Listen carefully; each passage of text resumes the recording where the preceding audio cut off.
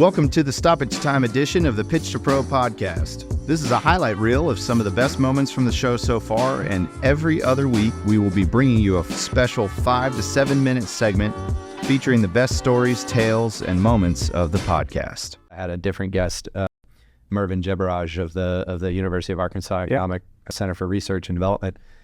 And they've actually had to change their countries of benchmark, with the NWA Council and all of that, because we kind of had surpassed a lot of it and it made us look really good. And we were kind of patting ourselves on the back. And It was like, okay, our comparable markets now have shifted and changed, and we need to set our sights higher.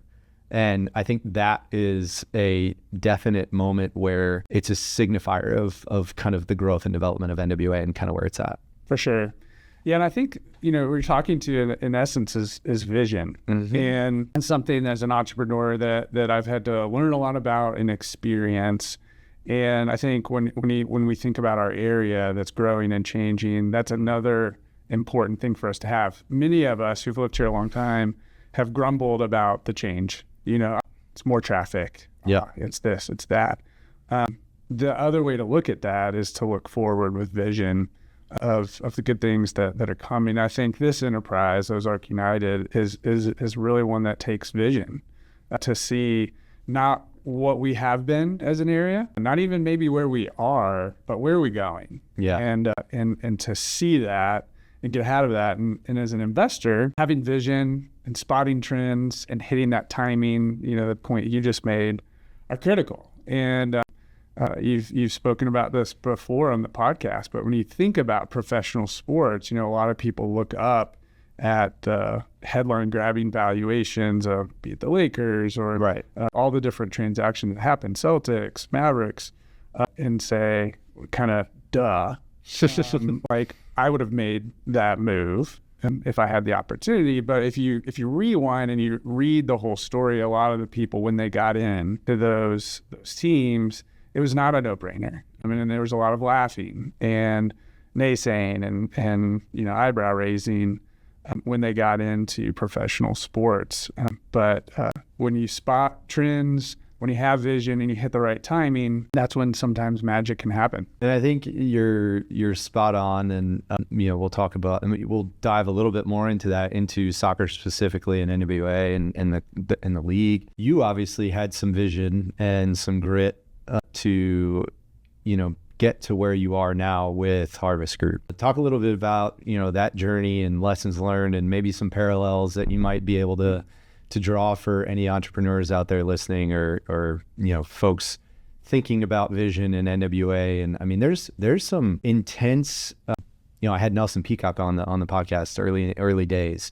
And some of the decision makers for the area, you start thinking about things that impact people's lives as an entrepreneur and a CEO, impacting the people's lives of your company based on decisions that you make. It's a heavy burden, and not something to take lightly, right? And having vision and foresight to do the best that you can with the information that you have.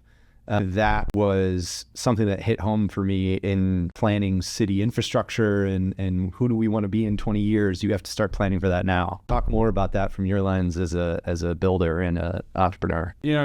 My Harvest Group journey has been a 20-year journey, and so there's several chapters at this point, and I think that's helpful as we think about building the club here as well. But in the early days, you're just scrapping and you're trying to survive. You're figuring it out as you go. You're hopefully surrounding yourselves with as much wisdom and counsel as you can. Mm-hmm. But it takes some people to see that vision and take a leap of faith, to take a chance, to believe what they can't see, to have the same vision that you have. And so for us, that was early clients, early employees that decided to, believe in us, even though we had no office, we had no income, obviously at the start. And so those early days, each stage has exciting parts to it and hard parts. And sometimes we can look back with nostalgia and it becomes mythology. But